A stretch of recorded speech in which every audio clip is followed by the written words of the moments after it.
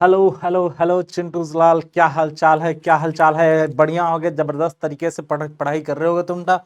हाँ, आज हम आपके समक्ष एक और चैप्टर, नए चैप्टर के साथ पीवाईक्यू सेशन, जो कि केटीजी और थर्मल पावर, केटीजी थर्मोडायनेमिक्स और thermal power, thermal properties of matter के को लेकर के भी जो है आपके समक्ष उपलब्ध है।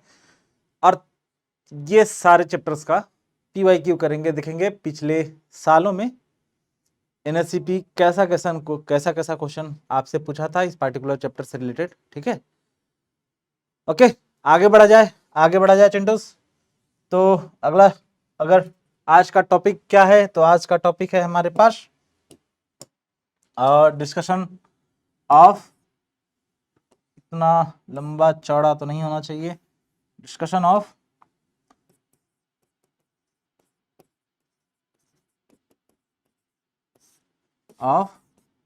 PYQ, chapter name NSEP. Chapter name कौन सा चैप्टर नेम आपको मालूम है? Chapter name is KTG and thermal properties of matter. Thermal properties of matter. शुरू किया जाए। तैयार हो सब लोग? तैयार हो? हाँ, कॉपी पेन सब कुछ लेकर के बैठ जाओ। पहले क्या करना है, क्वेश्चन जैसे ही देखें सोल्व करें, स्क्रीन को पॉज करो, क्वेश्चन सोल्व करना शुरू करो, और जैसे ही सोल्व हो उसके बाद सॉल्यूशन की ओर अग्रसर हो। ठीक है, पहले क्वेश्चन से शुरुआत करें। क्वेश्चन नंबर 1 बहुत आसान सा क्वेश्चन है। क्वेश्चन बोल रहा है certain quantity of oxygen gamma is equal to 7/5 initially at rest, initially at pressure P1 is compressed isothermally until its pressure is double, until its pressure is doubled. बहुत बढ़िया। तो अगर थोड़ा सा ग्राफिकल एनालिसिस कर रहे हैं, हाँ ग्राफिकली सॉल्व नहीं करने अपन को, एनालिसिस करते हैं। ठीक है, एनालिसिस क्या है कि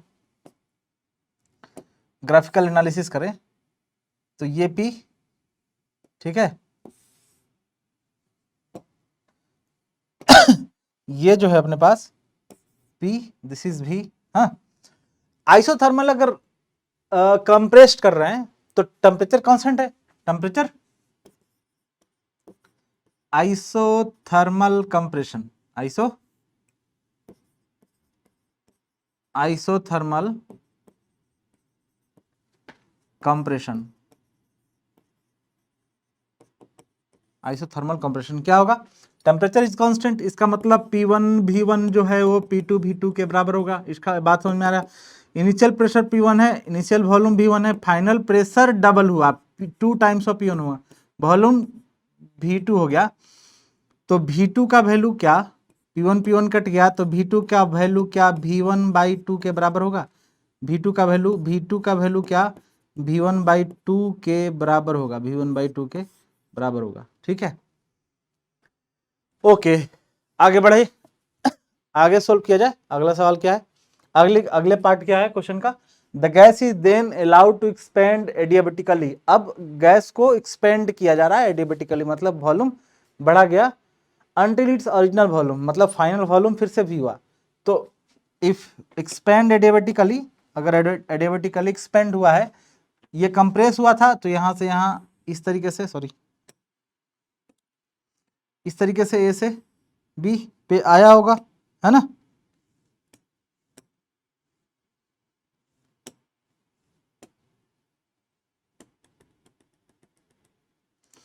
इसको हम यहां से कर सकते हैं, V2 जो है वो V1/2 के बराबर है। ठीक है, अब मैं बोलूं कि भाई एक्सपेंशन हुआ है, कंप्रेशन हुआ है, तो कंप्रेशन हुआ है तो ये ऑब्जेक्ट इस तरीके से ऐसे कंप्रेस हुआ होगा V से V/2 तक, V से V/2 तक, है ना? इनिशियली V था, अभी हो गया इसका वॉल्यूम V/2, और प्रेशर जो है P हो गया, यहाँ भी प्रेशर P है। ठीक है, यहाँ भी प्रेशर P है, राइट। अब एडियाबेटिकली एक्सपेंड किए, एडियाबेटिकली एक्सपेंशन हुआ, तो ये जो है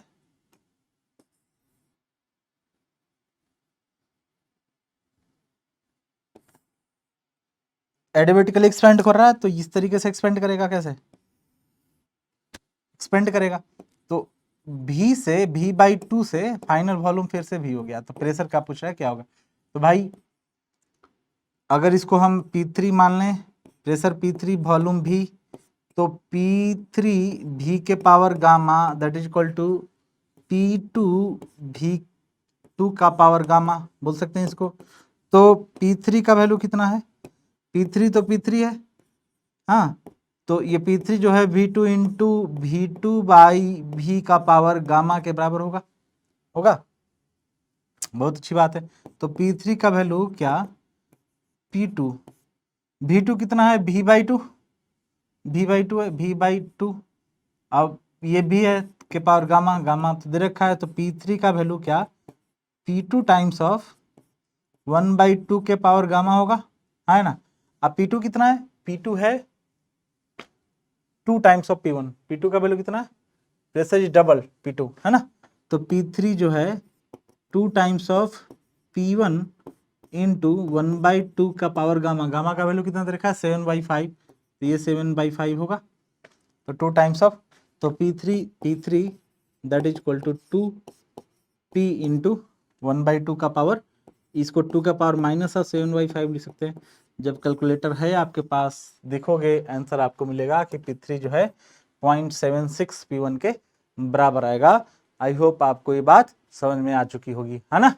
ठीक है, मैं स्क्रीन से थोड़ा सा अलग हट जा रहा हूं, आप सॉल्यूशन देख सकते हैं। ओके,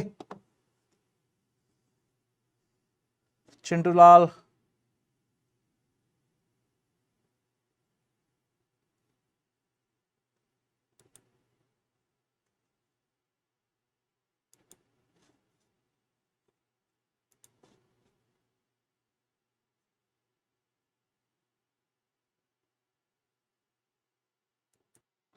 अगले सवाल की ओर चलें। अगला क्वेश्चन क्या बोल रहा है, late V average, VP, VRMS be respective average, the most probable and root mean square.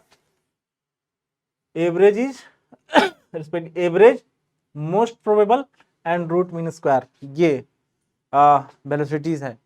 V average को V एवरेज बोला है, VP को V मोस्ट प्रोबेबल वेलोसिटी, और VRMS को रूट मीन स्क्वायर बोला गया है। तो कौन सा इसमें रिलेशन सही होगा, आपने कर्व पढ़ रखा होगा, किसका किसका, ये कर्व मैं अभी आपको याद दिलाता हूं, ठीक है। ये कर्व पढ़ रखा होगा कि इस तरीके से होता है, यहां जो है ये वेलोसिटी, ये नंबर ऑफ मॉलिक्यूल्स, हाँ, और इसको आप बोल सकते हो dn/n, मतलब नंबर ऑफ मॉलिक्यूल्स, और ये जो है ये कौन सा वेलोसिटी हो गया, V मोस्ट प्रोबेबल, इसके बाद एवरेज वेलोसिटी आता है इधर V एवरेज, ठीक है, ये V most probable, V average, अब ये V RMS। VRMS का मतलब क्या हुआ, ये इसका मतलब क्या हुआ कि VRMS का जो वेलोसिटी है वो बहुत कम मॉलिक्यूल्स के पास होगा, V एवरेज का वेलोसिटी जो है वो लगभग थोड़ा सा इससे कम ज्यादा मॉलिक्यूल के पास होगा, और ये मोस्ट प्रोबेबिलिटी, तो अगर किसी एक को सिलेक्ट करोगे तो मोस्ट प्रोबेबली आप ये पता कर चलेगा आपको कि उसका वेलोसिटी VP के बराबर है, V मोस्ट प्रोबेबल के बराबर है। तो सबसे ज्यादा VRMS, उसके बाद V एवरेज, उसके बाद VP, तो आंसर आ जाएगा D is the correct answer for this question. I hope you are getting my point चिंटूस, हाँ, ठीक है। अगले क्वेश्चन की ओर चलें, अगला सवाल, अगला क्वेश्चन क्या बोल रहा है बॉस, ठीक है, आइए। बोल रहा coal based thermal power plant producing electricity operate between the temperature of 27 degree Celsius and 227 degree Celsius, ठीक है, बहुत बढ़िया बात है।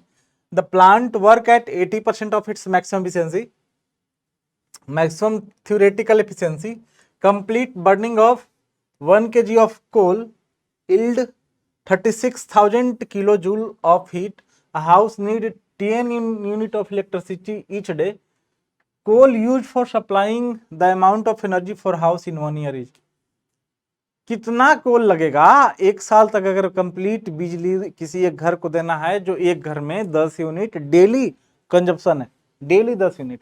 तो सबसे पहले डेली 10 यूनिट कंजप्शन है, 1 यूनिट किसमें बराबर होता है, 1 यूनिट जो होता है वो होता है 1 किलोवाट आवर के बराबर। तो 10 यूनिट कितना हो जाएगा? 10 किलोवाट आवर, है ना। 1 unit that is equal to 1 kilowatt, 1 kilowatt hour. तो 10 यूनिट कितना हो जाएगा?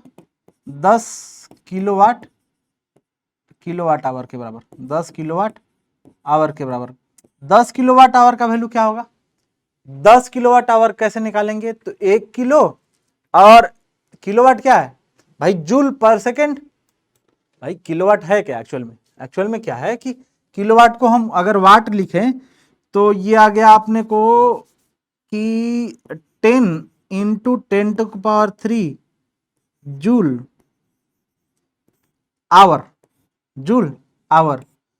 आवर आवर आवर को अगर हम सेकेंड में कन्वर्ट करें तो कितना आएगा? 3600, 3600। तो अगर इसको लिखोगे आप तो 10 इंटू 10⁻³ इंटू 3600, तो 3600 को 10⁵ मतलब 10 इंटू 36 इंटू 10⁵ लिख सकते हैं, इतना एनर्जी।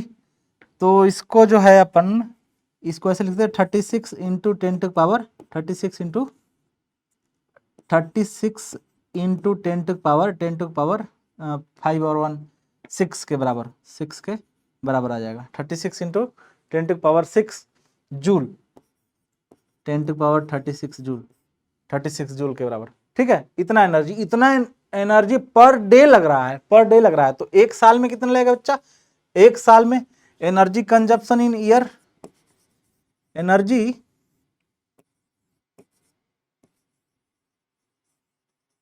कंजम्पशन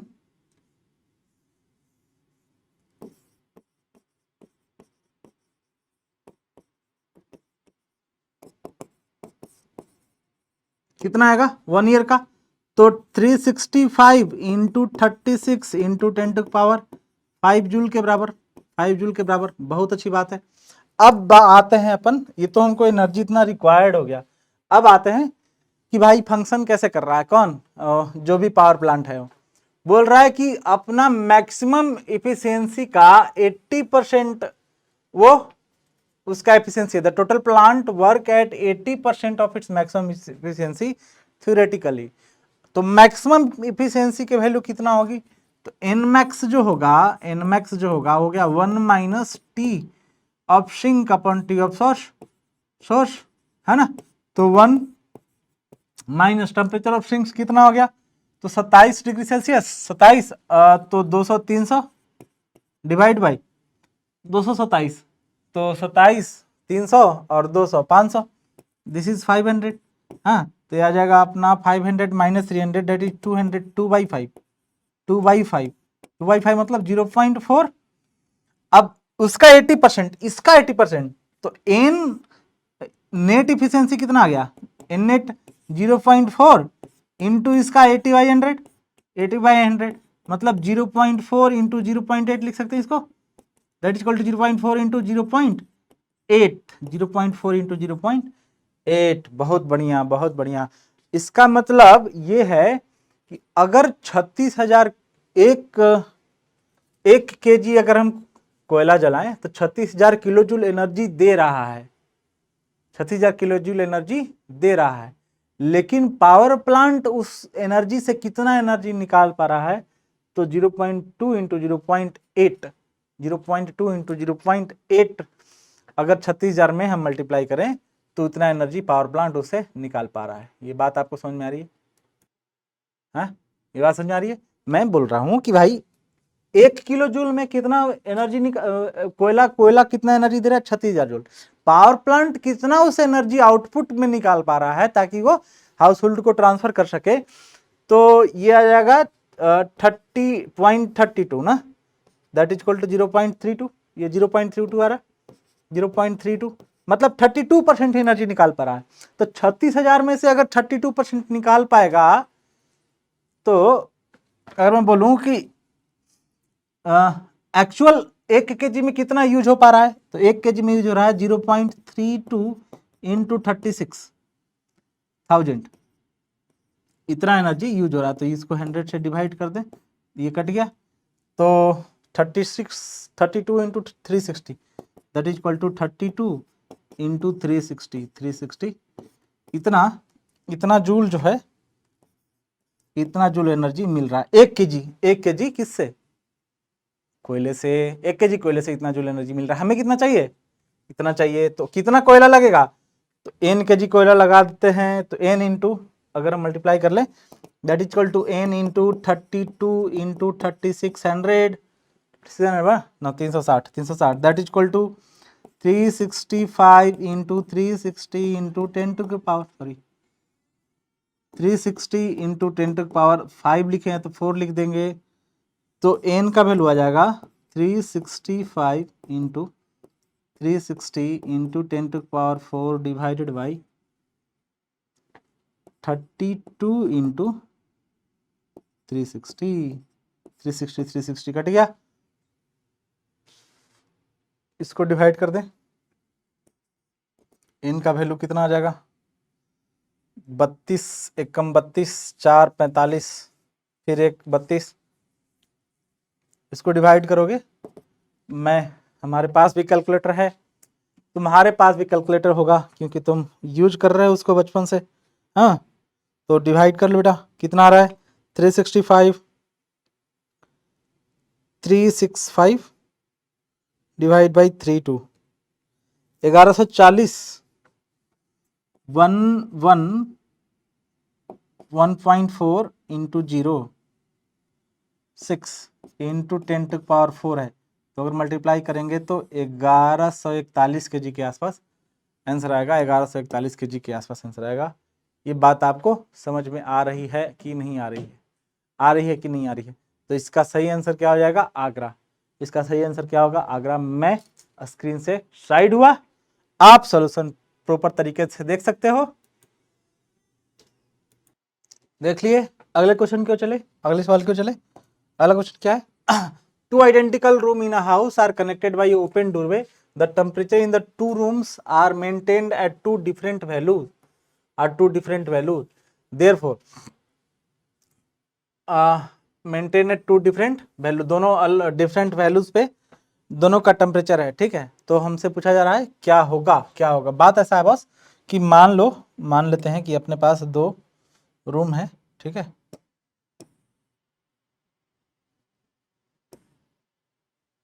ओके, यहां से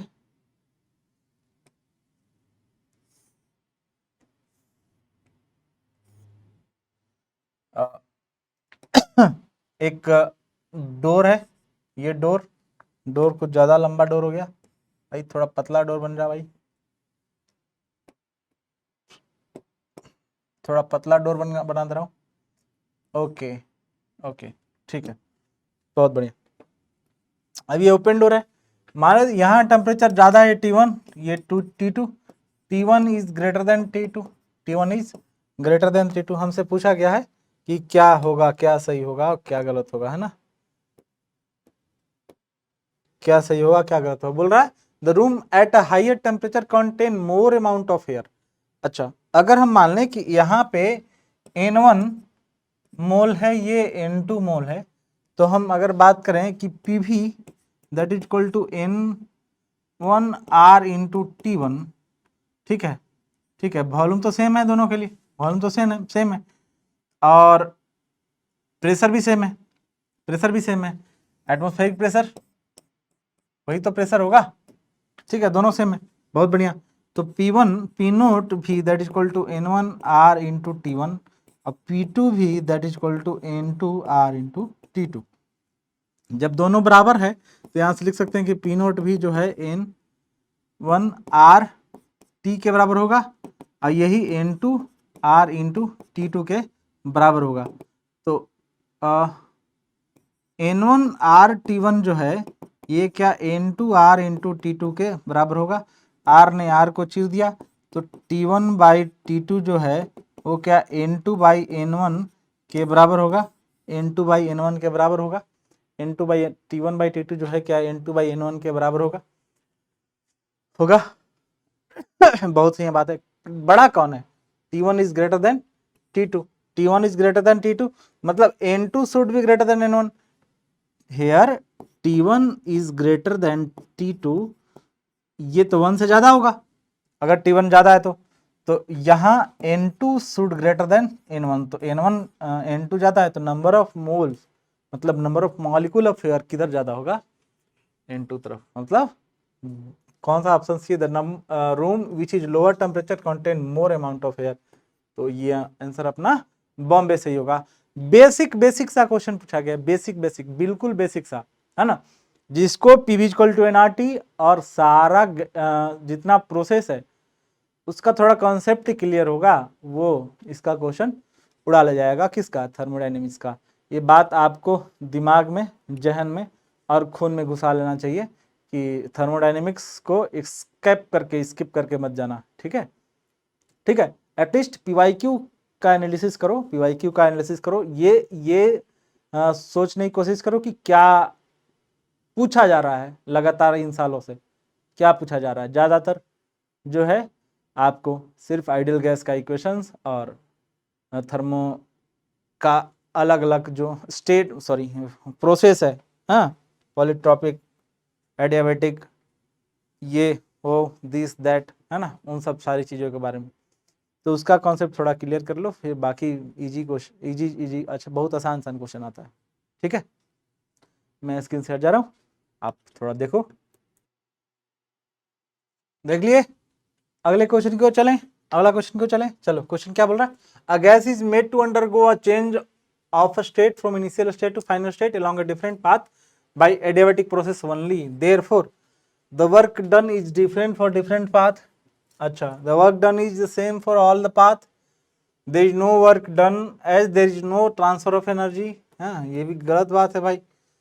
the work done is same for all path, क्या बात सही है।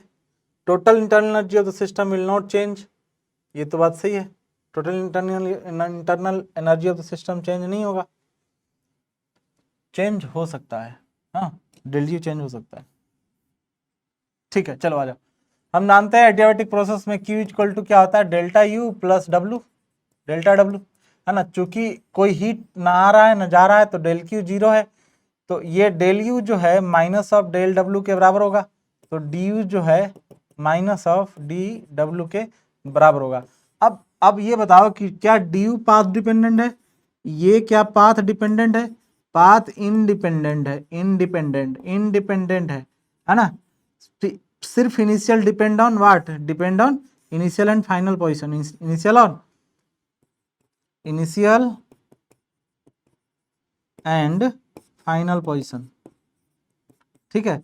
जब ये इनिशियल और फाइनल पोजीशन पे डिपेंड करता है, इसका मतलब क्या हुआ कि वर्क डन भी पाथ पे डिपेंड नहीं करेगा, तो work done is same for all the path, तो वर्क डन जो है पाथ पे डिपेंड नहीं करेगा, वर्क डन भी सेम सारे पाथ के लिए सेम होगा, तो सही आंसर इसका क्या हो जाएगा, बॉम्बे। क्लियर, कोई दिक्कत नहीं।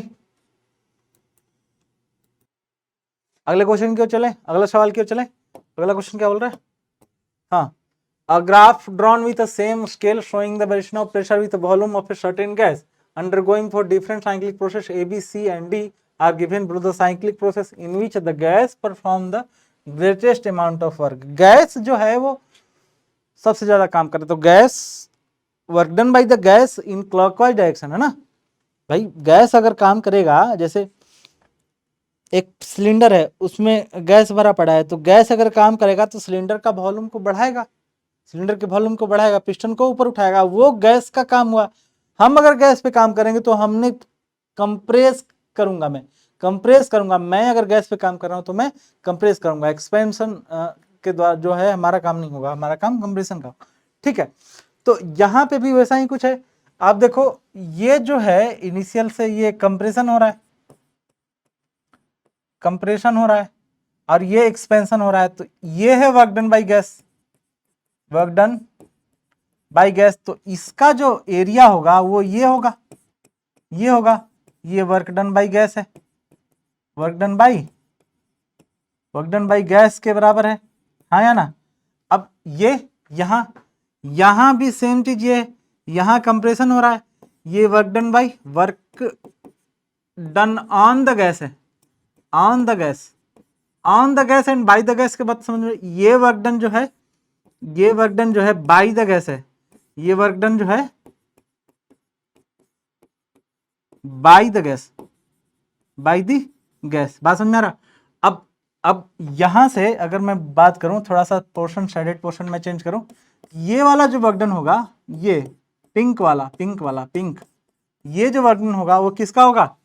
Work done, done on the gas. ये बात तुम्हें समझ में आ रही है कि नहीं आ रही? Work done on the gas, ठीक है। यहां देखो, ये कंप्रेशन हो रहा है, तो work done by the gas ये है, बिल्कुल सही बात है, work done by the gas है ये, नहीं हाँ, work done on the gas, sorry, work done by नहीं, work done on the gas, ठीक है। ये कैसा है? ये work done by the gas वाला सीन है, work done by the gas वाला सीन है, येलो वाला। तो ये work done by the gas. अब इसमें देखो, work done by the gas ज्यादा है, इसमें work done bye on the gas ज्यादा है, ठीक है। अब यहां देखो, यहां सबसे ज्यादा work done by the gas, work done by the gas सबसे ज्यादा, क्यों? क्योंकि ये एरिया देख लो आप, ये एरिया इससे कंपेरिजन में तो ज्यादा है, और work done on the gas, इसमें work done on the gas, ये कंप्रेशन हो रहा है, ये work done on the gas होगा, ये वर्क डन क्या हो गया? ऑन द गैस, ये वाला सिस्टम, ये work done on the gas, है ना। ये क्या है? Work done by the gas. बात समझ में आ रही है कि नहीं आ रही? Work done by the gas, ठीक है। तो सबसे ज्यादा वर्क डन कौन से ऑप्शन में हो रहा है, कौन सा फिगर में हो रहा है? तो तुम्हें दिखेगा कि सबसे ज्यादा work done by the gas जो है डी में हो रहा है, डी में। ये work done by the gas ये एरिया है। क्लियर बात? समझ में आ रहा है सबको? हाँ, ठीक है। आई थिंक ये चीज क्लियर होगा, ठीक है। मैं थोड़ा स्क्रीन से हट जा रहा हूं, आप एक बार प्रॉपर तरीके से देख लो। देख लिए? अगले क्वेश्चन को चले। अगला सवाल क्या है?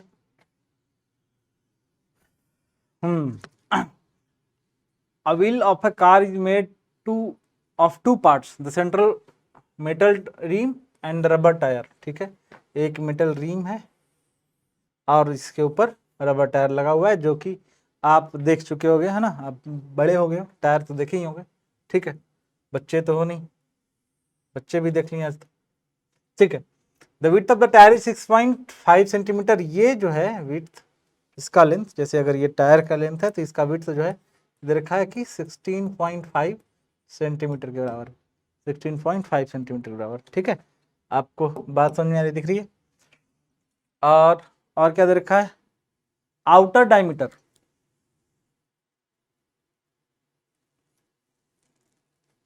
हाइट जो है वो है 10.7 सेंटीमीटर, ठीक है।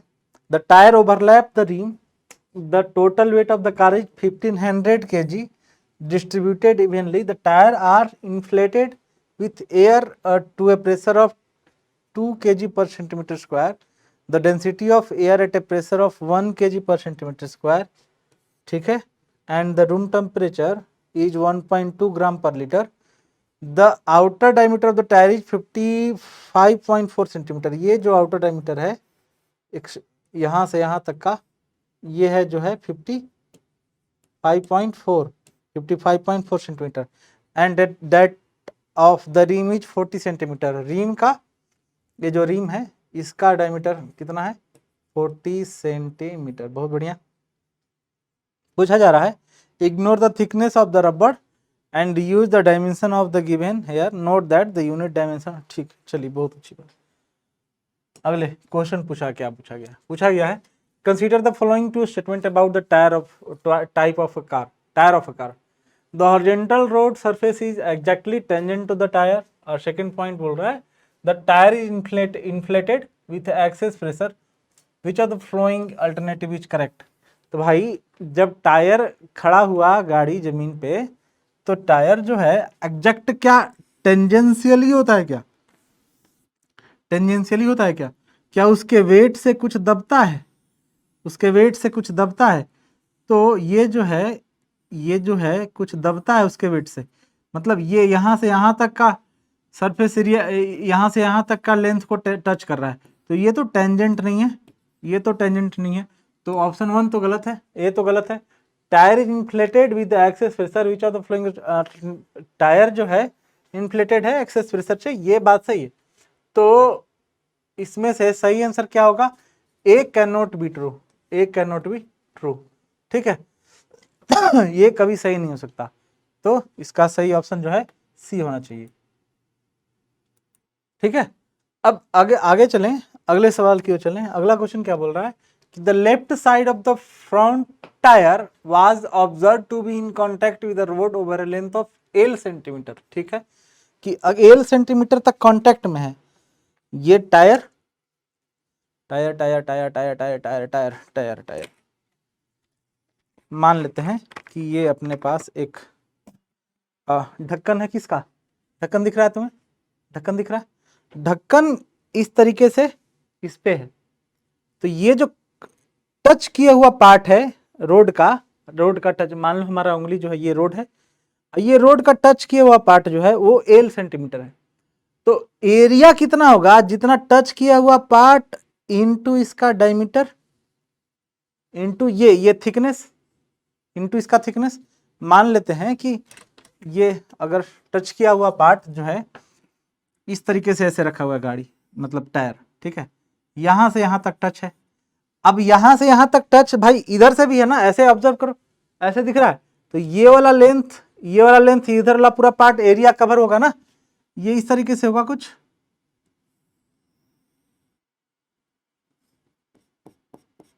तो ये वाला एरिया कवर होगा ना, ये वाला एरिया, तो ये लेंथ इनटू ये लेंथ, यही तो इसका एरिया होगा। ये दे रखा है एल इक्वल टू एल का वैल्यू, ये एल दे रखा है, हाँ, और ये एरिया दे रखा, ये डायमीटर दे रखा है अपना ये दे रखा है क्या कि कितना चौड़ा है टायर का चौड़ाई दे रखा है,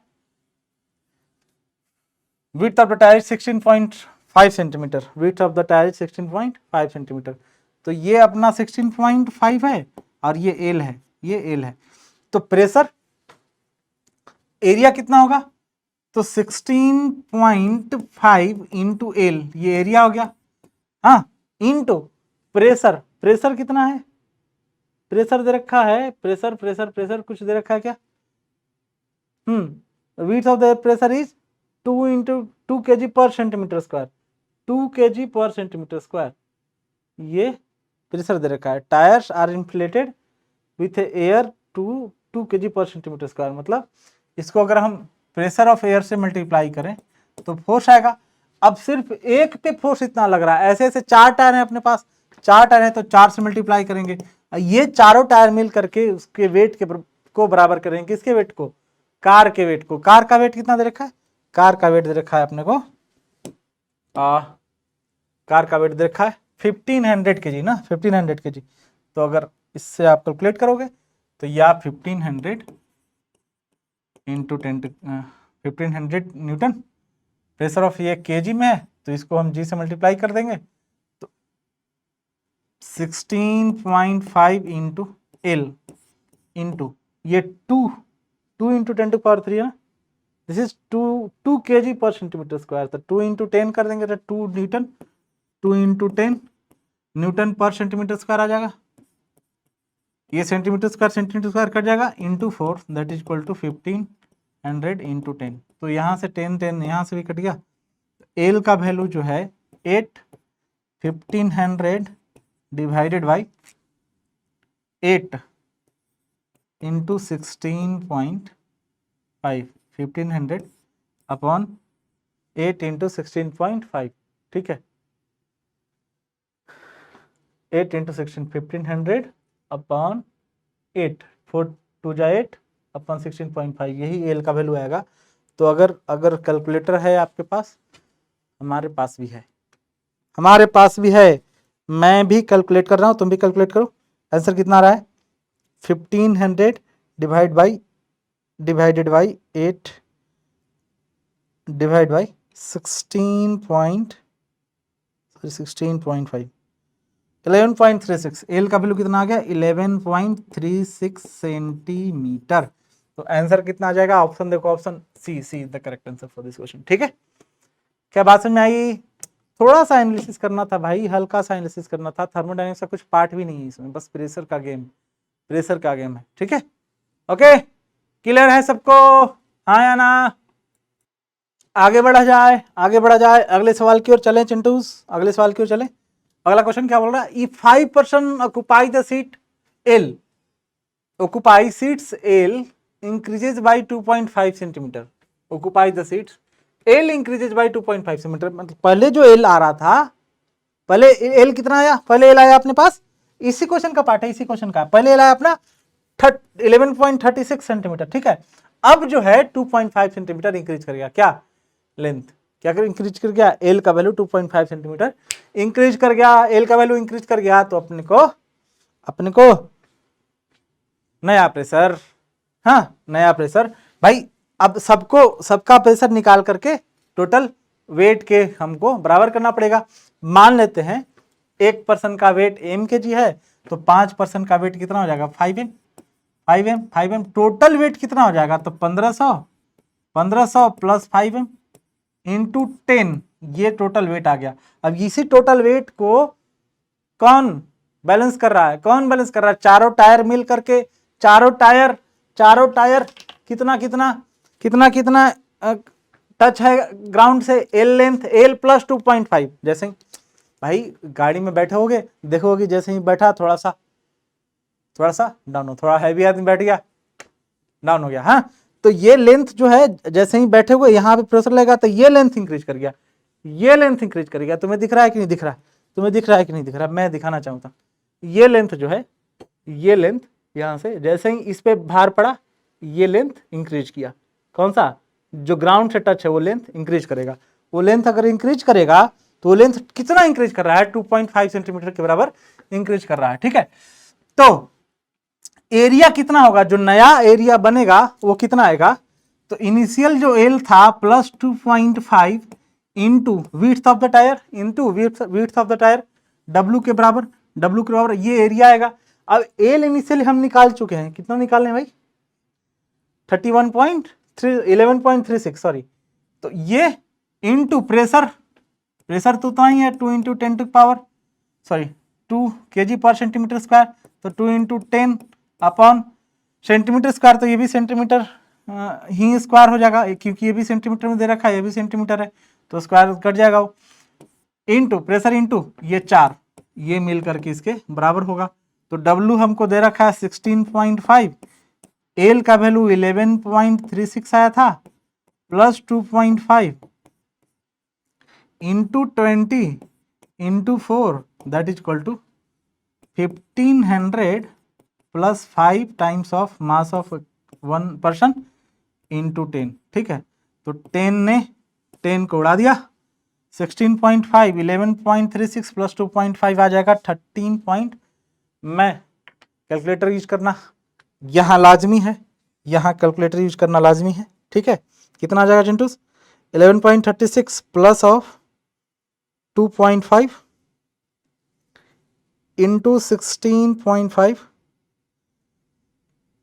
इंटू 830 के आसपास आ रहा है। ये टोटल वैल्यू कितना आ रहा है 830 के बराबर, तो ये आ जाएगा अपना 1500 प्लस 5m, तो इसको इधर लेके आएंगे तो 830 माइनस 1500, ये 5m के बराबर होगा, तो इसमें से माइनस 1500 घटा दो, तो आ जाएगा अपने पास 330 डिवाइडेड बाई 5 कर दो, मास ऑफ 1% आ जाएगा, तो ये डिवाइडेड बाई 5 कर दें तो आ जाएगा 66 kg के बराबर। तो average mass of a person कितना हो गया 66 kg, तो 66 आंसर आ जाएगा, आगरा आंसर आ जाएगा। अरे चीजें समझ में आ रही है कि नहीं आ रही है, चीजें समझ में आ रही है कि बेसिक सा क्वेश्चन है भाई, बेसिक सा, इसमें कोई ज्यादा दिमाग लगाने की जरूरत नहीं है, आप बना लिए होगे आई थिंक। अगले सवाल की ओर चले, ये चीजें आपको समझ में आ रही होगी आई थिंक, है ना। अगला क्वेश्चन क्या बोल रहा है, if the 5% occupy the seat, the center of the wheel is lowered by about, अच्छा मतलब अगर 4% 5% ऑक्युपाई किया सीट को बैठा तो कितना सेंटर ऑफ मास सेंटर का और धंसेगा।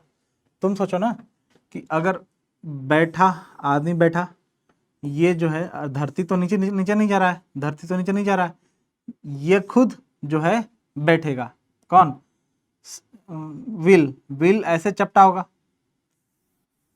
पहले इस तरीके था यहाँ एकदम टेंजेंट इस तरीके से, जब कोई आदमी बैठा तो ये जो है चपटा हो जाएगा, चपटा हो जाएगा मतलब ये इस तरीके से हो जाएगा ऐसे, ठीक है, इस तरीके से। अब ये लेंथ जो है ये तो आर नोट है, हाँ ये भी आर नोट होगा, रेडियस जो है इसका। तो अगर इसको हम x मान लें तो x का वैल्यू क्या होगा?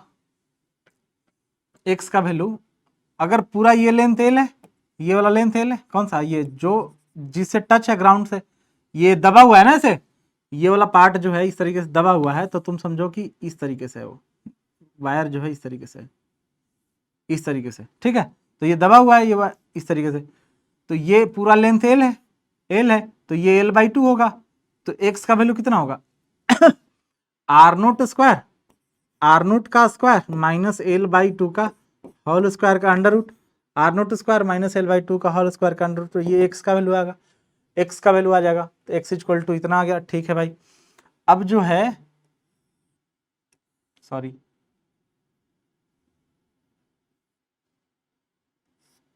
सॉरी सॉरी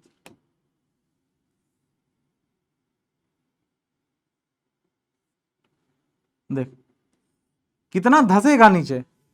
एक्स का वैल्यू तो इनिशियल डिस्प्लेसमेंट ये था x जब l/, था जब 5% बैठा तो l का वैल्यू l + 2.5 हो गया, तो x फाइनल जो है under root of R naught का स्क्वायर और आर नोट का स्क्वायर माइनस ऑफ l + 2.5/2 का होल स्क्वायर, इसके बराबर आएगा, है ना। और नीचे 10 गया, 10 गया, है ना। तो कितना नीचे था, दोनों को हमको सब्ट्रैक्ट करना पड़ेगा, दोनों को हमें सब्ट्रैक्ट करना पड़ेगा, तभी तो हमारा नेट डिस्प्लेसमेंट आएगा सेंटर ऑफ मास का कि नेट कितना नीचे आया, ठीक है। X final minus x initial कर लेंगे तो हो जाएगा काम, ठीक है। तो ये कैलकुलेटर का काम है, आप करो।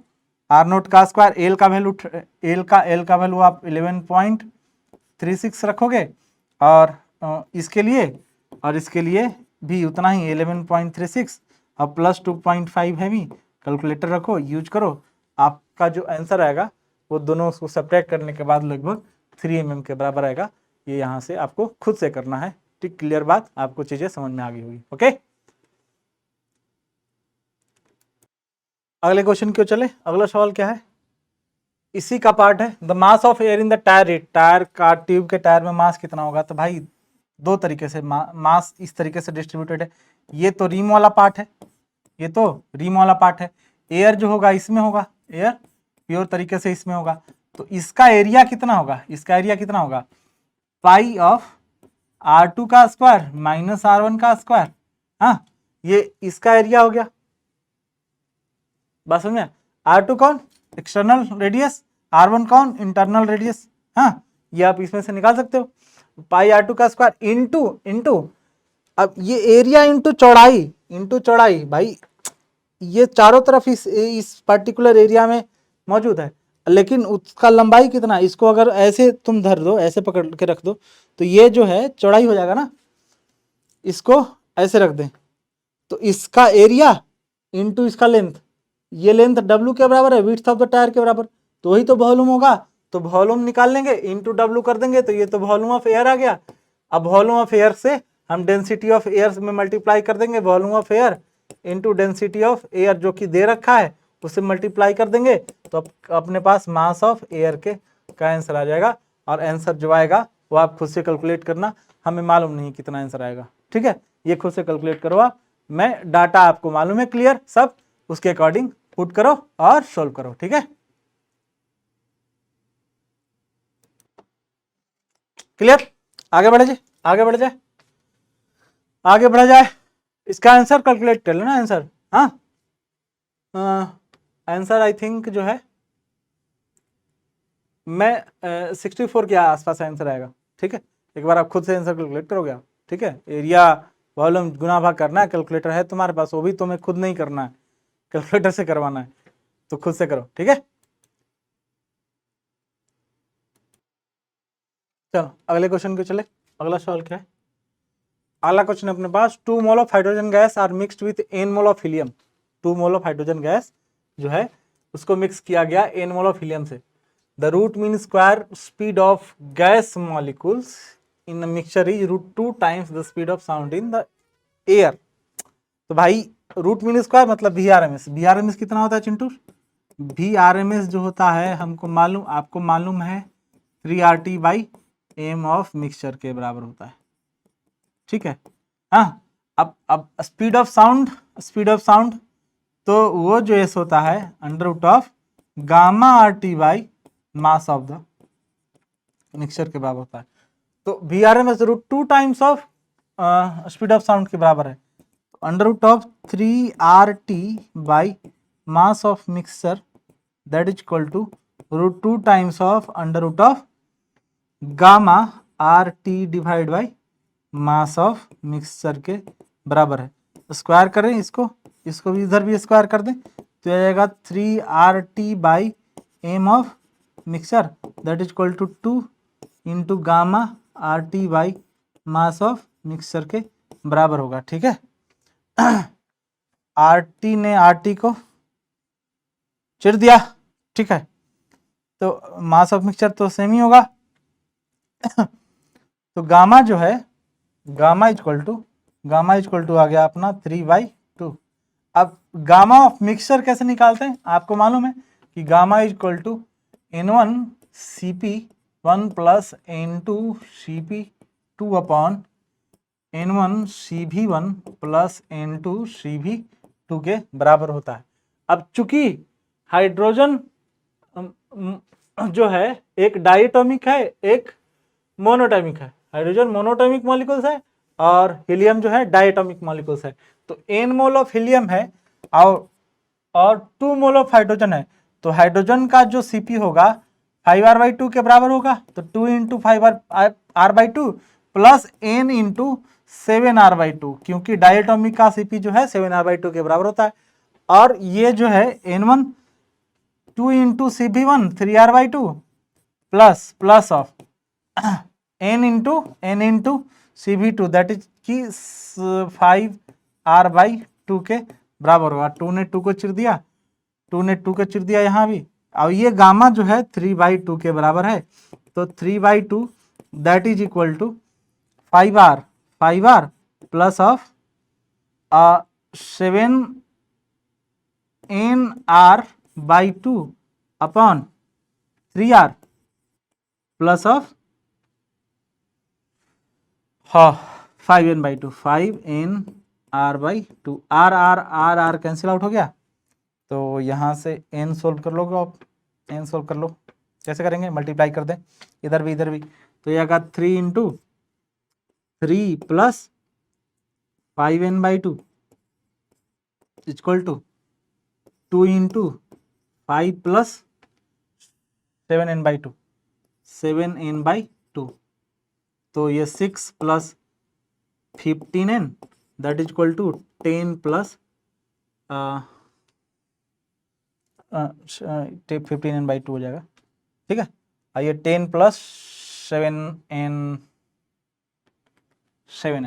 ठीक है, तो इसको इधर लेके आ जाओ। 15n minus 7n, 15n/2 minus of 7n that is equal to 10 minus 6 that is 4। तो 15n minus 14n n/2 is equal to 4। तो n इज इक्वल टू 8। तो n का वैल्यू कितना आ जाएगा? 8 के बराबर। n का वैल्यू 8 आ रहा है। यहाँ तो ऑप्शन में ही नहीं है, यहाँ तो ऑप्शन में नहीं है भाई, कहीं मिस्टेक हो रहा है क्या? चेक करो चेक करो चेक करो चेक करो। 3 जा 9, अरे यार ये 6 होगा, ये 9 होगा ना। तो 9 प्लस 15n, ये तो 7n को इधर लगा, ये आ जाएगा 10 माइनस 9, ये आ जाएगा 6। 10 माइनस 10 माइनस 9 आ जाएगा 1, है ना। तो n/2 का वैल्यू आ जाएगा 1 के बराबर, n/2 का वैल्यू आ जाएगा 1 के बराबर, तो n का वैल्यू आ जाएगा 2 के बराबर, ठीक है। तो आंसर आ जाएगा Bombay. Bombay should be the correct answer for this question, ठीक है। ओके, अगले सवाल क्यों चले, अगले सवाल क्यों चले, क्वेश्चन क्या है। Now question is, if a system is made to undergo a change from initial state to final state by a diabatic process only, then the work done is different for different path connecting two states, ठीक है। There is no work done since there is no transfer of heat. The internal energy of the system will change. The work done is the same for all the adiabatic path. Work done is same for all, ये same question पीछे भी आया था अपना, कि हम लोग पढ़े थे कि डेल क्यू जो है होता है del U plus D of W के बराबर। चूंकि एडियाबेटिक प्रोसेस है तो डेल की का वैल्यू 0 होगा, तो डेल यू जो है वो माइनस ऑफ डेल डब्ल्यू के बराबर होगा चिंटू। अब चूंकि ये पाथ डिपेंडेंट नहीं है, ये depend on initial and final position, depend on initial and final position,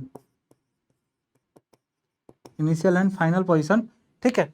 तो अगर ये इनिशियल और फाइनल पोजीशन पे डिपेंड कर रहा है, इसका मतलब क्या हुआ, इसका मतलब ये हुआ कि वर्क डन भी जो है इनिशियल और फाइनल पोजीशन पे ही डिपेंड करेगा, ये भी पाथ इंडिपेंडेंट होगा, पाथ इंडिपेंडेंट होगा, इंडिपेंडेंट होगा, ठीक है, पाथ इंडिपेंडेंट होगा, है ना। तो work done is same for all the derivative path. Clear बात, सबको समझ में आ गई, हाँ, कॉन्सेप्ट क्लियर है। अगले सवाल की ओर प्रस्थान किया जाए बॉस, अगले सवाल की ओर प्रस्थान किया जाए। क्या है कि क्वेश्चन है the molar specific heat of an ideal gas in a certain thermodynamic process is alpha by T. बहुत बढ़िया बात है। सी का वैल्यू दे रखा है alpha by T, where alpha is constant.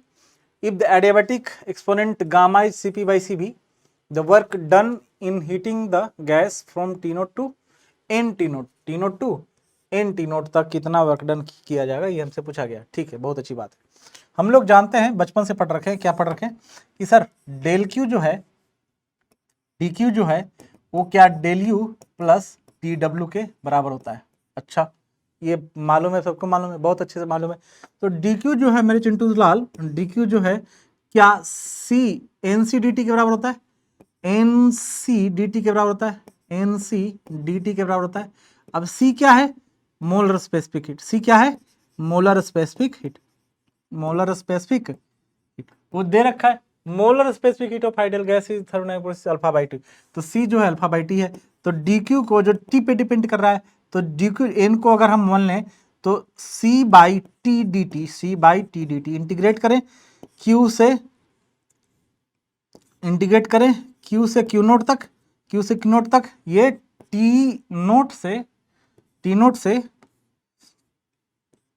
T naught से N times of T naught तक, ठीक है। तो ये आ जाएगा Q naught minus of Q that is equal to C times of L N of T. कहाँ से कहाँ तक, कहाँ से कहाँ तक, टी नोट से N times of T naught तक।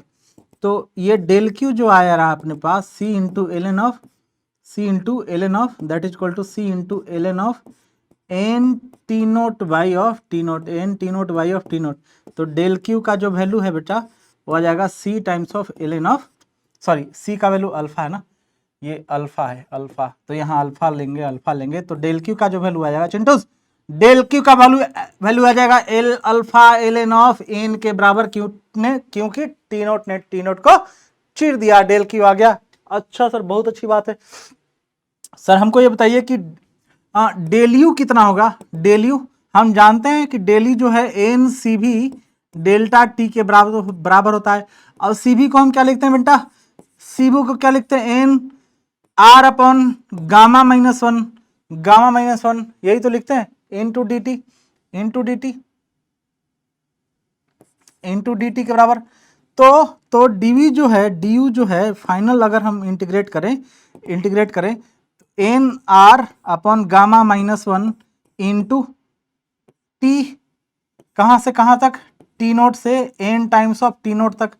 तो अगर लिमिट पुट करोगे आप तो N R upon gamma minus one into N R upon gamma minus one, चूंकि एन का वैल्यू वन है, नंबर ऑफ मोल है ये, एन का वैल्यू क्या है, वन है, तो इसको हम सीधा सीधा R upon gamma minus one लिख सकते हैं, R upon gamma minus one into N T naught minus of T naught equal to T naught upon T naught into R upon gamma minus one into N minus of one, N minus one, this is what, N minus one upon gamma minus one into T naught R, T naught into R के बराबर। ये आ गया अपना, ये आ गया अपना क्या, ये आ गया डेल्टा यू का वैल्यू, डेल्टा यू का वैल्यू।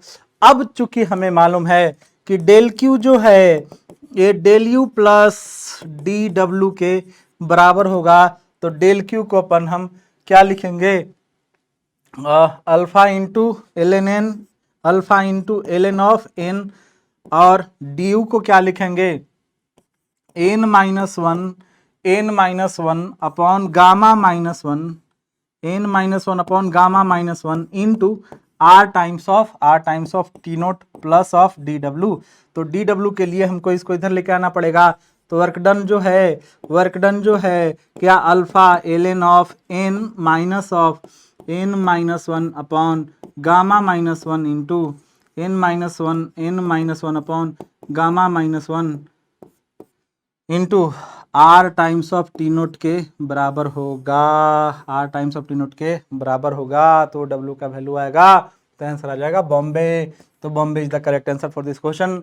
बहुत अच्छा क्वेश्चन था, ये चीज आपको समझ में आया होगा ऐसा हमें पूर्ण विश्वास है, क्योंकि हम अच्छे से समझाए हैं क्वेश्चन। ठीक है, क्लियर है बता, okay okay Chintus.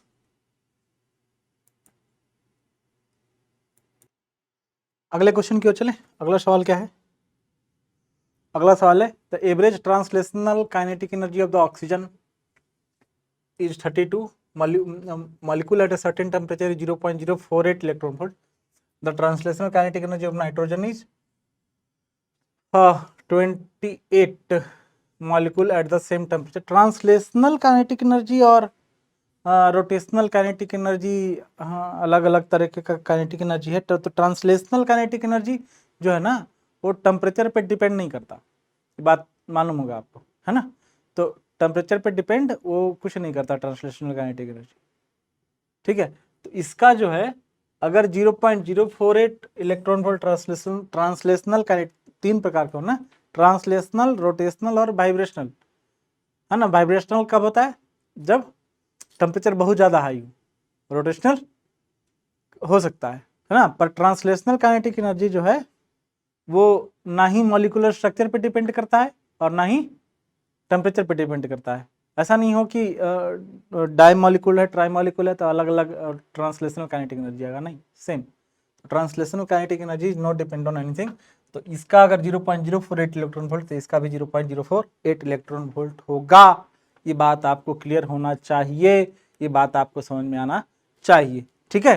Translational kinetic energy ना ही मॉलिक्यूलर स्ट्रक्चर पर डिपेंड करता है और ना ही टेम्परेचर पर डिपेंड करता है, ये बात ध्यान में बना करके रखें आप, ठीक है, ओके।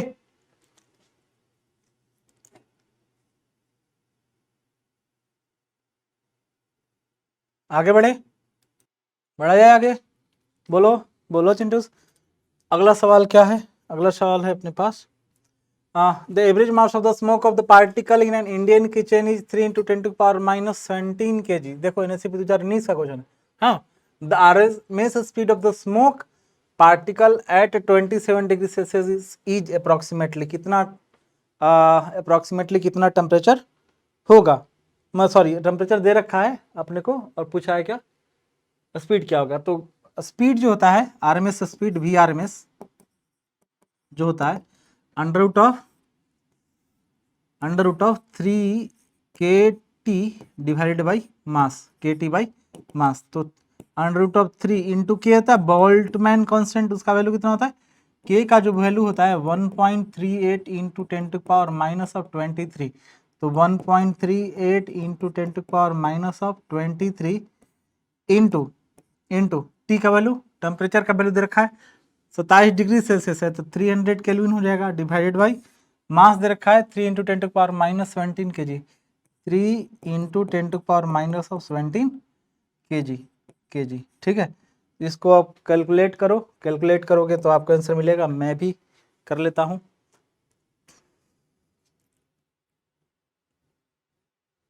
पहले तो -17 और ये √3 कट गया,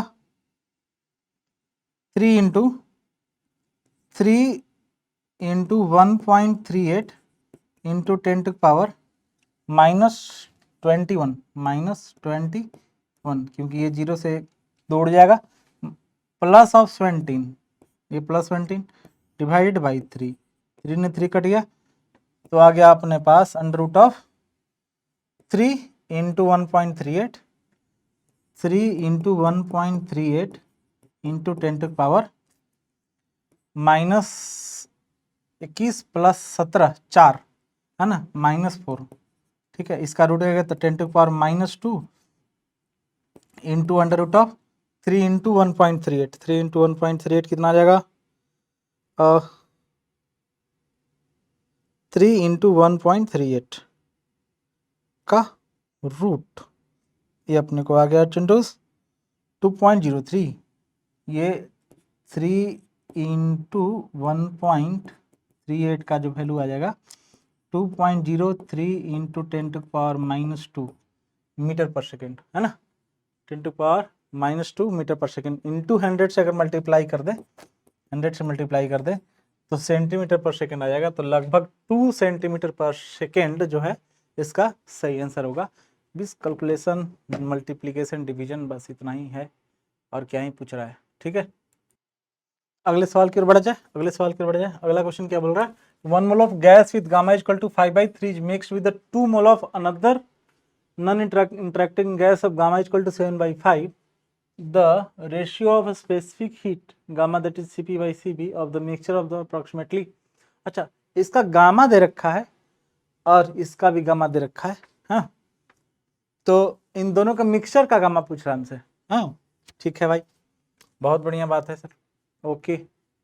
तो हम जानते हैं कि गामा ऑफ द मिक्सचर जो होता है क्या होता है, N1 Cp1 plus N2 Cp2 upon N1 Cv1 plus N2 Cv2 के बराबर। N1 Cp1 plus N2 Cp2 जो है N1 Cp1 plus N2 Cv2 के बराबर होगा। तो गामा का वैल्यू क्या है अपने पास, दैट इज गामा का वैल्यू जो है Cp/Cv, ये Cp/Cv ये मिक्सचर का होगा, पर हमें Cp मालूम हो 1 का तब दो, Cp2 का मालूम हो तब तो हम निकालेंगे। हमें मालूम है गामा, हमें मालूम है गामा, तो हम जानते हैं कि Cp1 जो है Cp1/Cv1 ये गामा होता है, Cp1/Cv1 गामा होता है। तो अगर हम Cv1 से डिवाइड कर दें, Cv1 से डिवाइड करें तो ये जो है n इंटू Cp1/Cv1 हो गया, plus of N2 into Cp2/Cv1 हो गया, नहीं ऐसा करते हैं,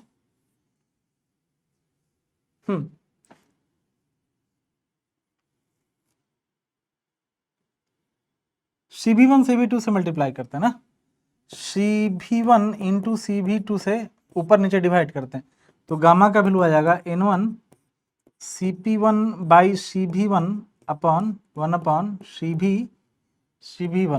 Cv2 sorry, plus of N2 Cp2/Cv2 into 1 upon Cv1 upon N1/Cv2 plus N2/Cv1, ठीक है।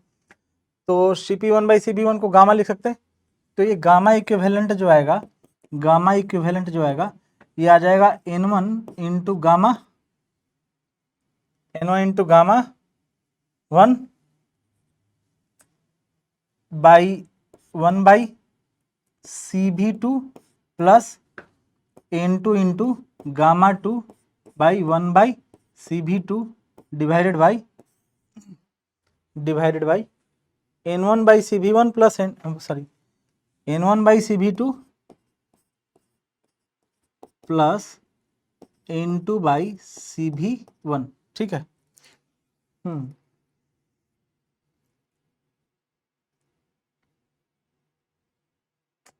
अब क्या किया जाए, कुछ उपाय बताओ, कुछ जुगाड़, कुछ किया जाए।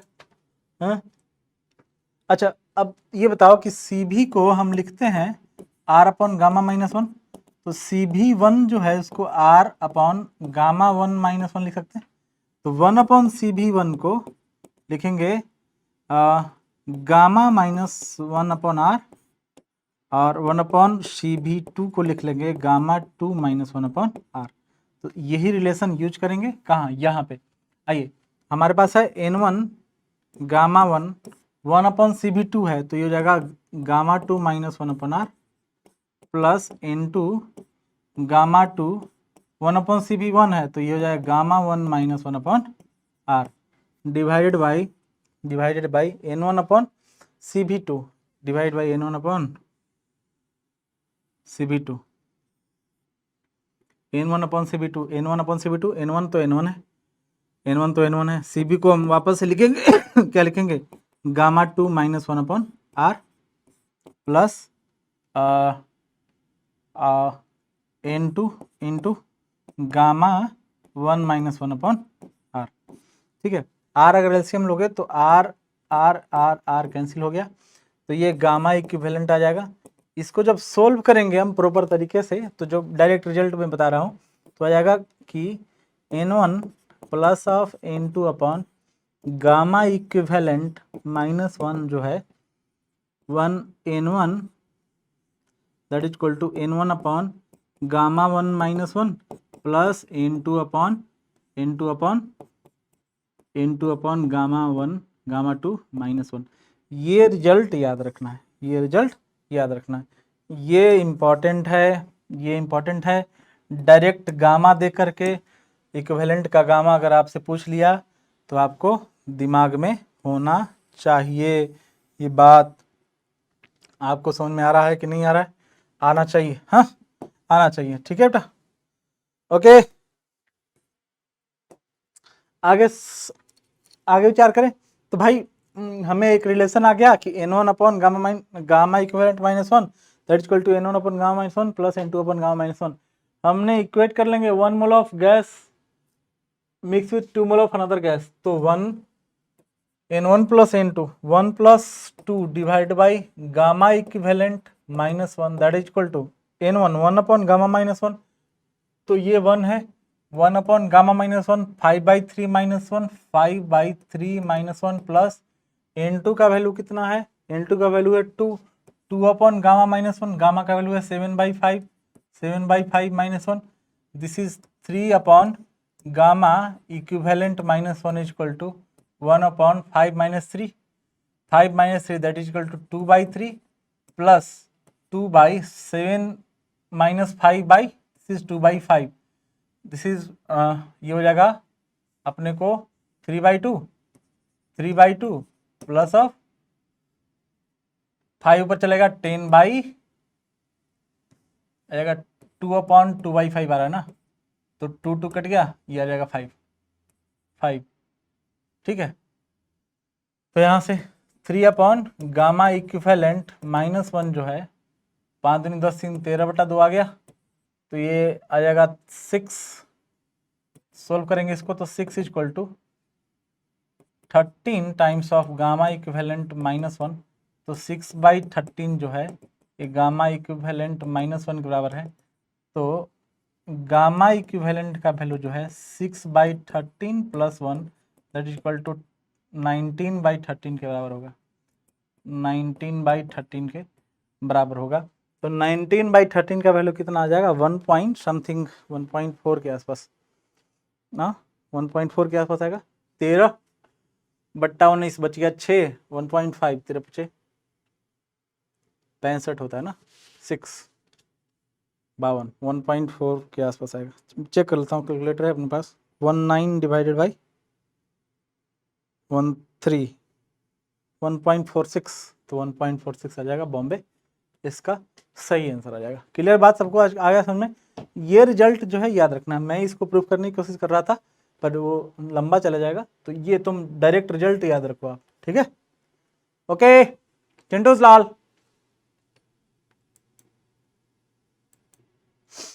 अगले सवाल की ओर चला जाए, अगला क्वेश्चन क्या बोल रहा है? Ideal gas is expanding such that PK power PT is equal to constant, the coefficient of volume expansion of the gas. Gas का वॉल्यूम एक्सपेंशन का कोएफिशिएंट क्या होगा, ये हमसे पूछा जा रहा है। बहुत बढ़िया बात है भाई, आइए सोचते हैं।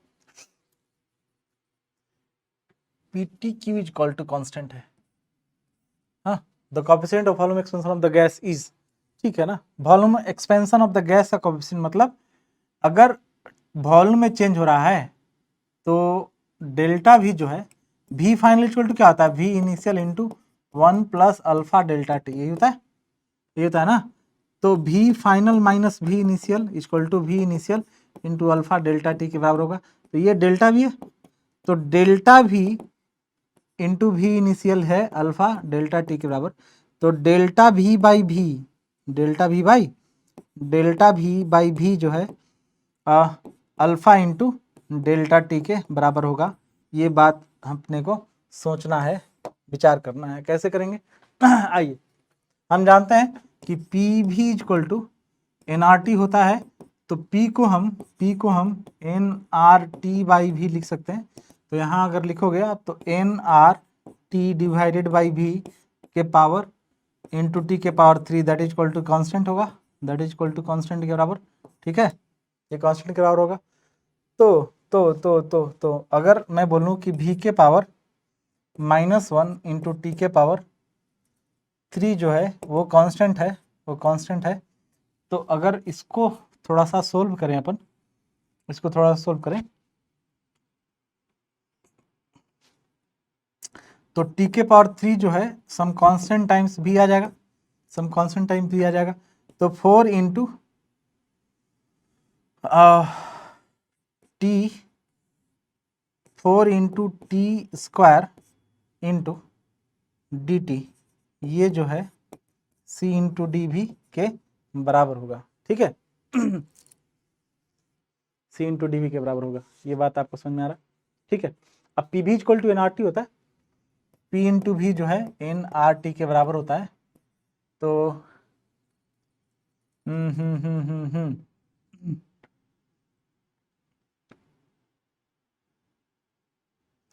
मतलब V is directly proportional to T लिख सकते हैं, तो एक और टी यहाँ से अगर हम डिवाइड कर दें तो 4t इंटू डी टी जो है D V by C times of D V by T के बराबर होगा, ठीक है? और टी को हम लिख सकते हैं P V equal to N R T होता है, तो टी को पी भी बाई एन आर लिखा जा सकता है, ठीक है? पी भी बाई एन आर लिखा जा सकता है, ओके?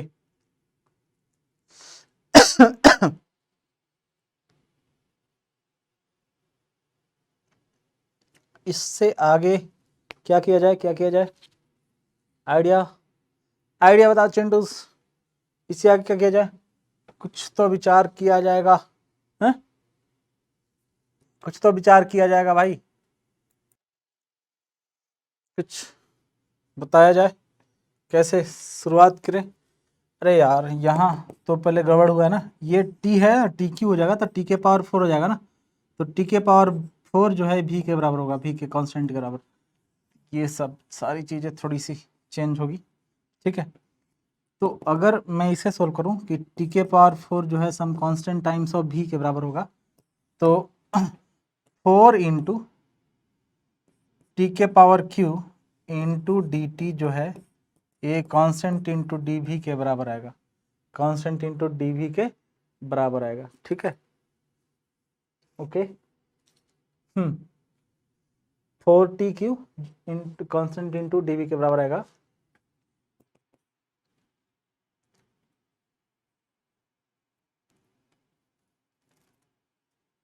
तो फोर्स इंटू डी टी जो है C into D V by T का Q, C into D V by T के क्यू के बराबर आएगा।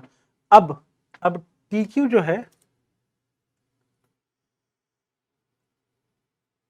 टी क्यू को हम प्रेशर इंटू वॉल्यूम के फॉर्म में लिख सकते हैं, क्योंकि हमें पीवी का पावर दे रखा है। ये अपने हम ये भी जानते हैं कि जो कोफिशिएंट ऑफ जो है वॉल्यूमेट्रिक एक्सपेंशन अल्फा, वो आ रहा है यहाँ से। अगर तुम अल्फा की बात करो आप, तो ये आ जाएगा 1/v into delta V by delta T, यही तो अल्फा है। तो इसको 1/v, क्या ये dv by dt he alpha होगा? क्या dv by dt he alpha होगा? तो आप अगर यहाँ से चेक करोगे तो 4 इंटू डी टी, 4 इंटू एक मिनट जस्ट ए मिनट, हमने को ये मिला है कि टी के पावर 4 जो है सी टाइम्स ऑफ वी के बराबर है। तो 4 TQ इंटू डी टी, ये सी इंटू डी वी के C into D of V के बराबर होगा। तो D V by D T जो है 4TQ that is equal to C into D of V by D T के बराबर होगा। 4TQ that is equal to C into D V by D T के बराबर होगा। तो D V by D T, तो 4 इंटू ये T के पावर 4 अपॉन टी कर दें तो कोई दिक्कत नहीं होना चाहिए, that is equal to C into D V by D T. तो टी के पावर 4 क्या है? टी के पावर 4 क्या सी भी के बराबर है? तो इसको हम 4/t इंटू सी भी लिख सकते हैं, that is equal to C into D V by D T. तो अगर सी ने सी को चिट दिया तो 4/t that is equal to 1/v into D V by D T. तो क्या ये डी बाई डी टी, तो क्या यही अल्फा है? क्या यही अल्फा है? ये अल्फा का वैल्यू कितने इसके बराबर है? 4/t के बराबर। तो इसका आंसर कितना हो जाएगा? डी, दिल्ली के बराबर। आपको बात ये समझ में आई? नहीं आई? आना चाहिए, ठीक है। अगले क्वेश्चन की ओर चला जाए। अगला सवाल क्या है? An ideal monatomic gas is confined within a cylinder by a spring loaded piston of cross section area 4 × 10⁻³ metre square. Area of the piston दे रखा है हमें, क्या क्या गिवन है? गिवन पैरामीटर की अगर बात करें,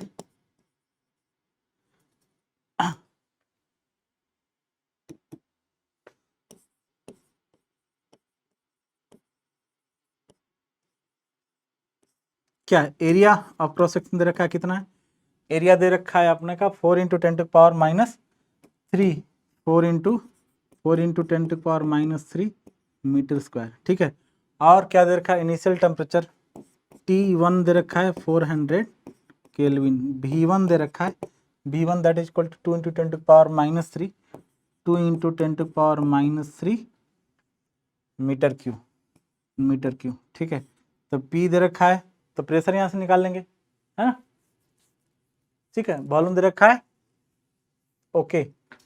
चलिए, अब जब कुछ दूर हीट किया गया, स्प्रिंग कांस्टेंट भी दे रखा है अपने को, के का वैल्यू दे रखा है। इस के का वैल्यू कितना है? के का वैल्यू के इज इक्वल टू 2000 न्यूटन पर मीटर, 2000 न्यूटन पर मीटर के बराबर ये के है। ये दिख रहा है? ये दिख रहा है सबको? ठीक है जी, ओके, बढ़िया बात है सर, हमको तो दिख रहा है। आगे बढ़े जी भाई साहब। जब ये हिट किया गया तो 0.01 मीटर पिस्टन आगे बढ़ा, तो स्प्रिंग फोर्स पे 0.01 मीटर का फोर्स लगा, तो force acted by the spring, force acted by spring on the piston that is equal to K into X. K into X के बराबर, तो के का वैल्यू 2000 है, 2000 इंटू एक्स का वैल्यू कितना है? X is equal to 0.1 metre, this is 0.1 है ना, तो 1/100, 10 ने 10 को चिर दिया, this is equal to 200 newton पर मीटर फोर्स लग रहा है, 200 न्यूटन का फोर्स लग रहा है, ठीक है भाई। तो जब 200 न्यूटन का फोर्स लग रहा है तो इधर से भी 200 न्यूटन का फोर्स लग रहा होगा। इसका मतलब जितना प्रेशर ये लगा रहा है उतना ही प्रेशर ये भी लगा रहा होगा। तो प्रेशर कितना कितना लग रहा है, कितना प्रेशर लग रहा है, तो pressure exerted by gas, gas का प्रेशर कितना लग रहा होगा, तो 200 divided by cross section area, cross section area दे रखा 4 × 10⁻³ मीटर, तो 4 × 10⁻³ that is equal to 2 × 10⁻² upon 4 × 10⁻³ that is equal to 1/2 × 10⁻+3 + 2 5, मतलब 1/2 × 10⁵ पास्कल, मतलब 0.5 × 10⁵ पास्कल के बराबर फोर्स लग रहा है। ठीक है, ओके, बहुत बढ़िया। अब फाइनल प्रेशर आ गया हमारे पास, फाइनल वॉल्यूम कितना आ जाएगा, फाइनल वॉल्यूम हो जाएगा V initial plus area into 0.1 metre, area कितना दे रखा 4 × 10⁻³ तो V इनिशियल कितना है, V इनिशियल है अपने पास 2 × 10⁻³ मीटर क्यूब, तो 2 × 10⁻³ प्लस 4 × 10⁻² × 0.1, 4 × 10⁻³ × 0. तो ये 0.4, तो 2 × 10⁻³ plus 0.4 × 10⁻³ and that is equal to 2.4 × 10⁻³ metre cube, ये फाइनल वॉल्यूम आ गया। फाइनल प्रेशर मालूम है हमको, फाइनल टेम्परेचर आ जाएगा, क्योंकि P1 V1 equal to nRT1, P2 V2 equal to nRT2 के बराबर आएगा। रेशियो लेंगे, nr कैंसिल, तो T1/T2 equal to P1 V1 by P1 कितना है, P1 है अपने पास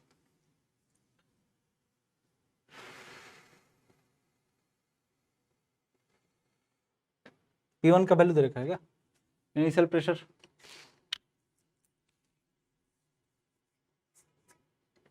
एटमॉस्फेरिक प्रेशर, हाँ 10⁵, इनिशियली प्रेशर एटमॉस्फेरिक प्रेशर ही लग रहा था। ठीक है, P0 के बराबर ही, इधर भी P0 लग रहा होगा, एटमॉस्फेरिक प्रेशर के बराबर ही लग रहा होगा, तो इनिशियली 10⁵ पास्कल है ना। अब जो है P1 × V1 है अपने पास 2 × 10⁻³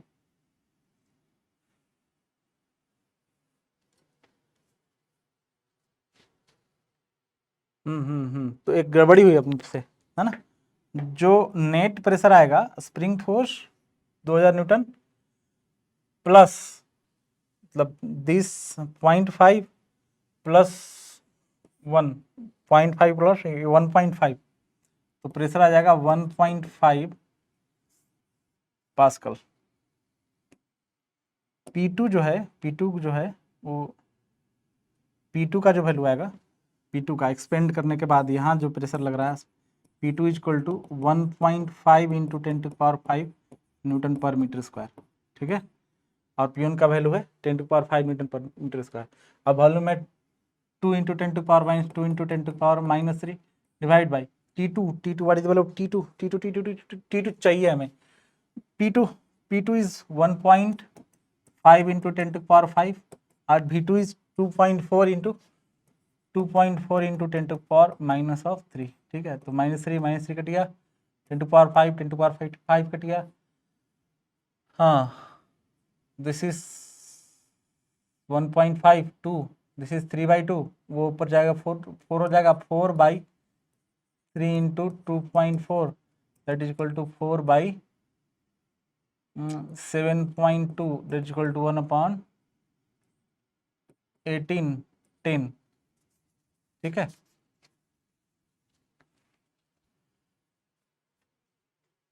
फोर बाई 7.2, ये 1/1.8 आ जाएगा, ये 10/18 मतलब 5/9 के बराबर। ठीक है, 5/9। अब ये इसे भी कर लो ना, 8 × 40 8 9 72 5/9 आ गया। तो T1/T2 का वैल्यू कितना आ गया, ये T1/T2 T2 का वैल्यू आ गया 5/9 के बराबर। T1 आपको मालूम है 400 केल्विन है। कितना है? 400 केल्विन है। तो T2 कितना आ जाएगा?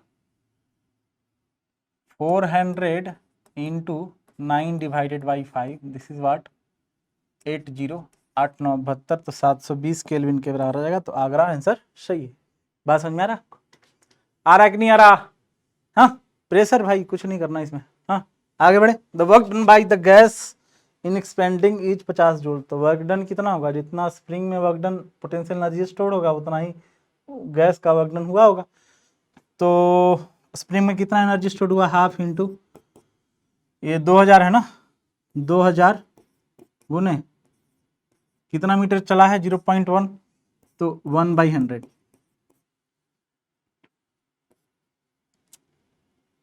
0.1 का स्क्वायर। ठीक है,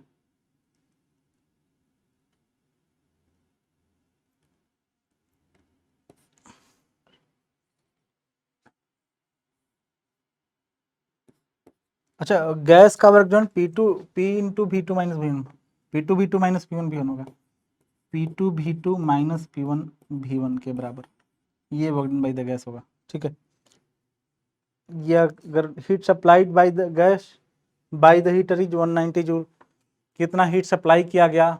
ये heat supply Q delta P के बराबर, Q जो है C into CP delta T के बराबर, यहाँ से इक्वेट आ जाएगा। The net heat supplied by the heater is कितना आना चाहिए? C आइडियल मोनोटोमिक गैस है, तो C का वैल्यू मोनोटोमिक गैस, C का वैल्यू CP का वैल्यू कितना होगा? ऑन चिंटू CP का वैल्यू कितना आएगा? आइडिया है कुछ? CP का वैल्यू कितना आएगा भाई साहब?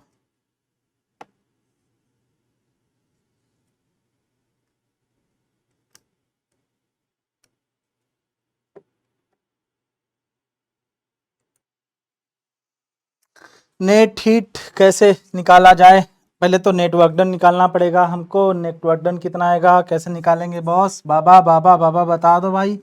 हाँ, तो नेटवर्क डन के लिए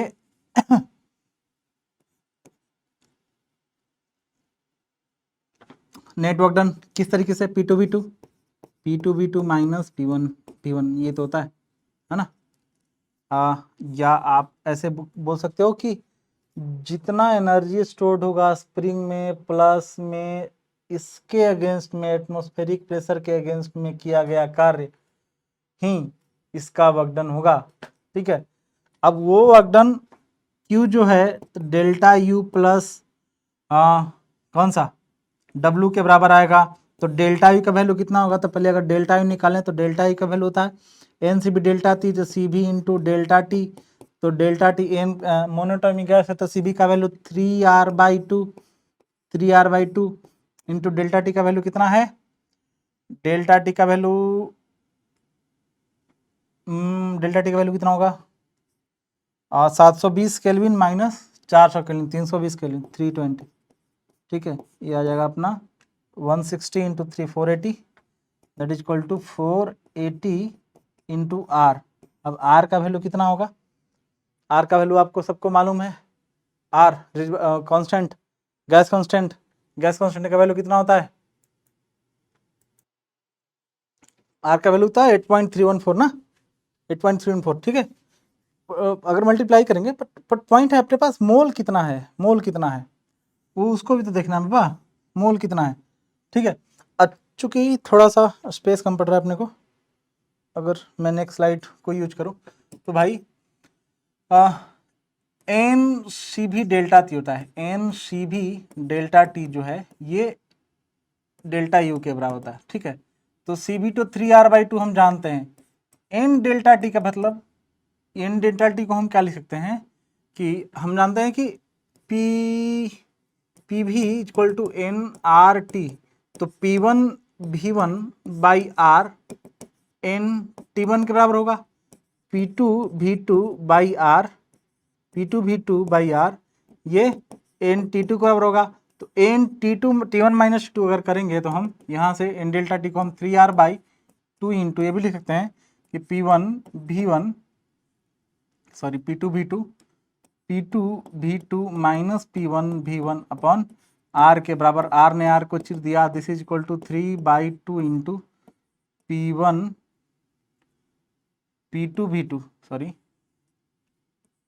3/2 into P2 V2 minus of P1 V1 के बराबर होगा। ठीक है, P2 V2 minus of P1 V1 के बराबर होता है। ये डेल्टा V का वैल्यू है, डेल्टा V का, ये डेल्टा V के वैल्यू के बराबर है। ठीक है, सॉरी डेल्टा U का वैल्यू। हाँ, P2 मालूम है, V2 मालूम है, P1 मालूम है, V1 मालूम है, तो 3/2 इंटू P2 का वैल्यू कितना है 1.5 इंटू 10⁵ और V2 का वैल्यू कितना है 2.4 इंटू 10⁻³ माइनस P1 का वैल्यू है 10⁵ इंटू V1 का वैल्यू है 2 इंटू 10⁻³ 10⁵ माइनस 3 2 बचेगा तो 1.5 इंटू 2.4 3/2 इंटू 10⁻² अगर सॉरी +2 अगर कॉमन ले लें तो हो जाएगा 1.5 इंटू 2.4 माइनस ऑफ 2। ठीक है, तो ये इसको सोल्व करोगे आप तो आपको मिलेगा, कैलकुलेटर है अपने पास तो क्यों ना उसका इस्तेमाल किया जाए, ठीक है।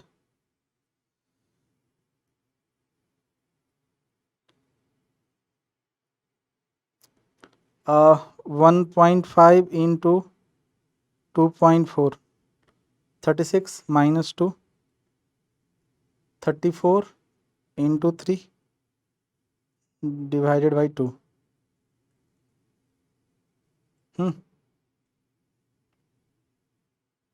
इंटू 100।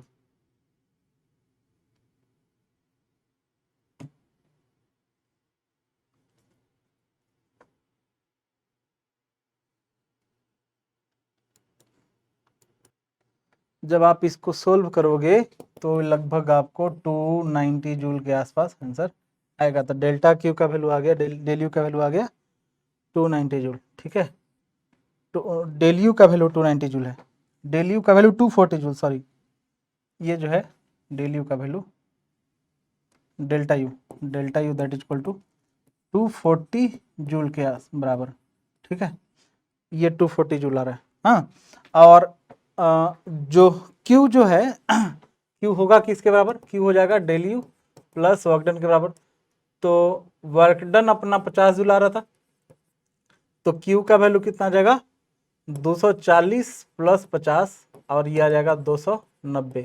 ठीक है, 290 जूल के पास। तो हीट की सप्लाइड कितना होगा 290 जूल। तो ये आंसर डी जो है सही होगा और the work done by the gas ये भी सही होगा। वर्क डन बाय गैस निकालेंगे कैसे, P2 V2 minus P1 V1 करके। ठीक है, क्लियर बात, सबको समझ में आ रही है? कोई दिक्कत नहीं, होनी भी नहीं चाहिए। आगे चले, अगले सवाल की ओर चला जाए। अगला क्वेश्चन क्या बोल रहा है, अगला क्वेश्चन है ये अपने पास कि the work done bye 3 mole of an ideal gas in cyclic process ABCD shown in the diagram is, कितना वर्क डन टोटल प्रोसेस में होगा। चूंकि देखो ये कांस्टेंट प्रेशर है तो इसका वर्क डन जो है, इसका वर्क डन क्या हो जाएगा, ये वर्क डन हो जाएगा, प्रेशर कांस्टेंट है तो NR T2 माइनस T1 ये वर्क डन आ जाएगा। ये भी प्रेशर कांस्टेंट है तो ये भी NR N into R into T1 minus of T4 negative. हाँ, क्योंकि ये कंप्रेशन हो रहा है तो work done by the gas ये तो नेगेटिव होगा। ये देखो ये चूंकि P जो है डायरेक्ट P/T कांस्टेंट है तो मतलब P directly proportional to T है। तो जब P directly proportional to T है तो वॉल्यूम क्या होगा कांस्टेंट, तो वॉल्यूम कांस्टेंट है तो वर्क डन क्या होगा 0।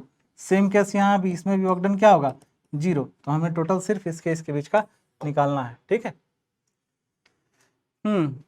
तो वर्क डन यहाँ T3 माइनस T2 तो N into R work done by 3 moles हो गया। 3 इंटू आर का value 8.314 into T2 minus T1, T2 कितना है सॉरी T3 माइनस T2 कितना है 600, T2 कितना है 200, तो 600 minus 200 that is equal to 20, this is 3 into 8.314 into 400 के बराबर, this is 3 into 400, this is what 1200 into 8.314, ये जो आ जाएगा 1296, हाँ एक तो एक वर्क डन हुआ, दूसरा ये निगेटिव में आएगा, कौन, क्योंकि ये कंप्रेशन है, तो इसका वर्क डन कितना हो जाएगा, तो ये आ जाएगा NR T1 minus T4, NR into T1 minus T4, T1 का वैल्यू कितना है 100, T4 का वैल्यू कितना है 300, तो 3 इंटू 8.314 इंटू 300 माइनस 100 मतलब या 100 माइनस 300 कर लो आप, तो ये आ जाएगा -200, तो -600 इंटू 8.314, टोटल ऐड करेंगे तो ये आ जाएगा 1200 इंटू 8.314 माइनस 600 इंटू 8.314, ठीक है, ये 8.314 अगर कॉमन ले लें तो से आ जाएगा 1200 minus of 600, this is equal to 600 into 8.314, तो 48 है ना into 10 to power 2, 48 point something, तो 4.8 इंटू 10 टू पावर 3, तो 4 पॉइंट सम kg के आसपास आएगा या 5 किलो जूल के आसपास, तो आंसर जो है बॉम्बे B is the correct answer for this question. Got it man, got it, चीज़ समझ में आ गई क्लियर है सब कुछ, हाँ ठीक है, बहुत बहुत धन्यवाद। अब अगले सेशन में अपन मिलेंगे, अगले सेशन में अपन मिलेंगे नए चैप्टर के साथ, और वो चैप्टर होगा अभी कुछ पता नहीं जब होगा डिसाइड सीधा मैं तुरंत आपके समक्ष उपलब्ध होऊंगा, और तब तक के लिए आप पढ़ते रहिए, खेलते रहिए, अभी खेलना बंद कीजिए थोड़ा सा क्योंकि अभी एग्ज़ाम नज़दीक है बेटा आपका, और फिर मिलेंगे एग्ज़ाम के दिन। एग्ज़ाम को तरीके से फोड़ के आओ, तरीके से जम के लताड़ के आओ एकदम। अब जितना एनर्जी स्टोर कर रहे हो आप, जितना ज़्यादा एनर्जी स्टोर कर रहे हो, सारा का सारा वहाँ यूज करना है, पढ़ पढ़ के जितना एनर्जी स्टोर कर रहे हो सारा यूज करना उस टाइम पे एग्ज़ाम हॉल में, ठीक है। तब तक के लिए बाय बाय, अपना ख्याल रखें और पढ़ाई करते रहें।